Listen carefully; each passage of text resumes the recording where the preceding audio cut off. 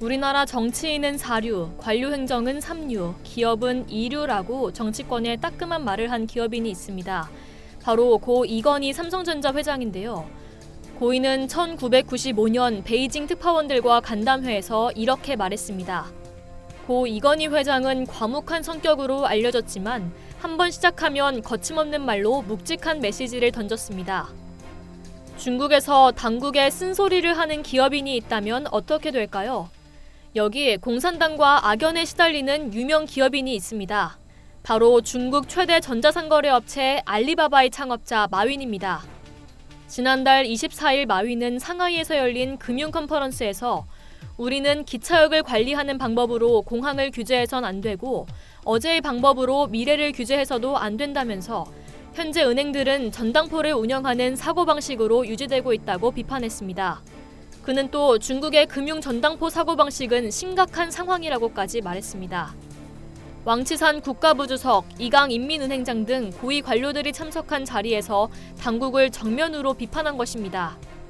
결국 지난 1일 중국 금융 리스크를 총괄 관리하는 기관이자 시진핑 국가주석의 경제책사인 류허 부총리가 이끄는 금융안정발전위원회는 핀테크 기업이 규제를 받아야 한다는 입장을 발표하며 불편한 심기를 드러냈습니다. 이어 지난 3일 상하이증권거래소는 5일로 예정된 엔트그룹의 상장을 중단한다고 발표했습니다. 엔트그룹은 곧 성명을 내고 홍콩 증시 상장 역시 연기됐다고 발표했습니다. 엔트그룹은 알리바바의 금융자회사입니다.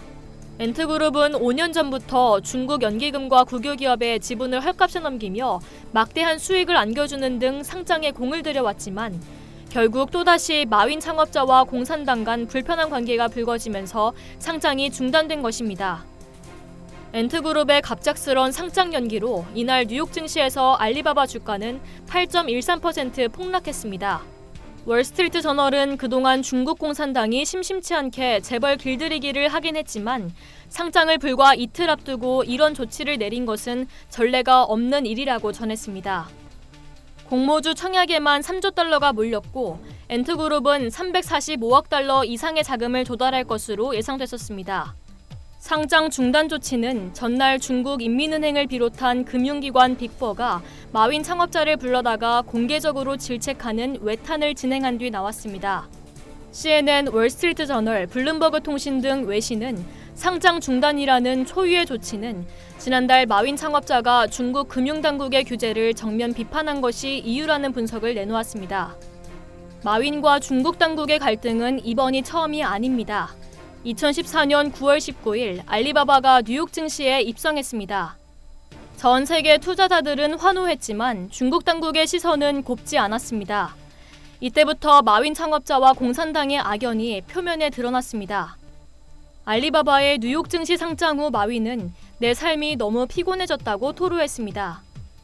2015년 1월 국가공상행정관리총국은 백서를 발간하고 알리바바의 온라인 쇼핑몰 타오바오에서 정품을 판매하는 비중이 37%에 불과하다고 지적했습니다.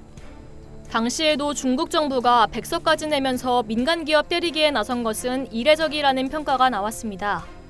알리바바 주가 역시 폭락했습니다. 사태 초반 이를 적극 반박한 마윈 창업자는 며칠 뒤 공상총국을 찾아가 고개를 숙여야만 했습니다. 마윈 창업자는 2018년 1년 뒤 알리바바 회장직에서 물러나겠다고 발표하기도 했습니다. 이를 두고 또 중국 정부의 압박이 있었던 것 아니냐는 음모론이 불거졌습니다. 과거에도 중국에서 급격히 성장한 기업들은 중국 정부의 이익을 침해한다는 판단이 들면 숙청당하는 경우가 빈번했기 때문입니다. 중국에는 이런 속담이 있습니다. 민간은 관료와 다투지 못한다. 이상 열도튜브였습니다.